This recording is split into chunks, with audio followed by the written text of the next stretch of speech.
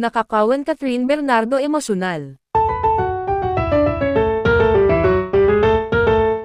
Nakakaawang sitwasyon ngayon ni Catherine Bernardo matapos siyang ma-hospital dahil sa matinding pagkapagod at emosyonal na stress. Sa tabi niya araw-araw ay si Alden Richards, na hindi maiwasang maging emosyonal sa bawat pagdanas ni Catherine ng sakit. Habang nakarete sa kama, halatang hirap huminga si Catherine, at halos mapaiyak si Alden sa tuwing tinatawag nito ang kanyang pangalan. Hindi akalain ni Alden na darating sa ganitong punto ang kasintahan niyang si Catherine. Ayon sa malapit sa kanila, ilang linggo nang problemado si Catherine sa mga personal na isyu. Sa kabila ng lahat, hindi bumibitaw si Alden at patuloy ang kanyang pag-aalaga. Halos hindi na ito umuuwi at doon na natutulog sa gilid ng ospital. Kahit ako na lang ang masaktan, huwag lang siya, ani Alden habang pinupunasan ang pawis ni Catherine. Naantig ang puso ng mga nurse sa ipinapakitang pagmamahal ni Alden. Laging may dalang bulaklak at paboritong pagkain ni Catherine si Alden sa bawat pagbisita. Subalit si Catherine, mahina pa rin at walang imak sa mga oras na iyon. Pinagdarasal ni Alden gabi-gabi ang mabilis na paggaling ng aktres. Ayon sa doktor, kailangan ni Catherine ng pahinga at matatag na emotional support. Sinisigurado ni Alden na naruroon siya sa bawat hakbang ng recovery nito. Ilang beses na raw siyang napaluha habang hawak ang kamay ni Catherine. Hindi niya alintana ang pagod, gutom, at puyat basta't mapagan lang ang loob ni Catherine. Hindi rin siya nagpapakita ng lungkot sa harap ni Catherine para hindi ito maapektuhan. Ngunit sa tuwing lumalabas siya ng silid, doon niya ibinubuhos ang sakit at takot. Hindi ko kayang mawala siya, bulong niya minsan habang umiiyak.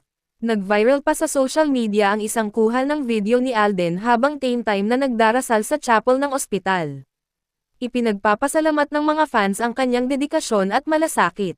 Naglabas rin ng pahayag ang pamilya ni Catherine na nagpapasalamat kay Alden sa pagiging sandalan ng aktres. Sa kabila ng lahat, hindi sumuko si Alden kahit ilang beses na siyang pinayuhang magpahinga. Umaasa siyang muling makikitang ngumiti at tumawa si Catherine. Araw-araw niyang binabasa kay Catherine ang mga mensahe ng fans para mapagan ang loob nito.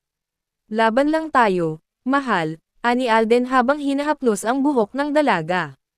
Hindi niya maitanggi na isa ito sa pinakamahirap na yugto ng kanilang relasyon. Ngunit sa halip na lumayo, lalo pa siyang lumalapit sa babae. Umaasa siyang ang pagmamahal niya ay magsilbing gamot at lakas ni Catherine. Sa kabila ng panahong puno ng lungkot, naglalaban si Alden para sa pag-ibig nila.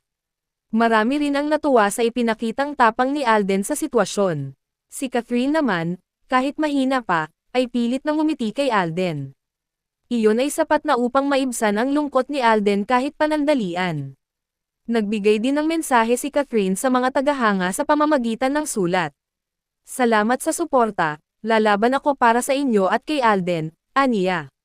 Mas lalong humanga ang publiko sa kanilang pagmamahalan. Maging ang mga kasamahan nila sa industriya ay nagpahatid ng dasal at suporta.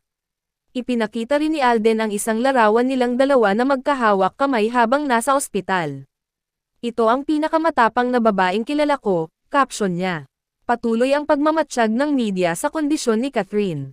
Habang ang mga fans ay sama-samang nagtitipon online para magdasal. Tinawag nila si Alden bilang guardian angel ni Catherine. Maging ang ilang brand endorsements nila ay pansamantalang ipinatigil. Dahil sa pangyayaring ito, mas nakita ng lahat ang tunay na pagmamahal sa likod ng kamera. Si Alden ay hindi artista para kay Catherine sa mga panahong ito, isa siyang tunay na kasama.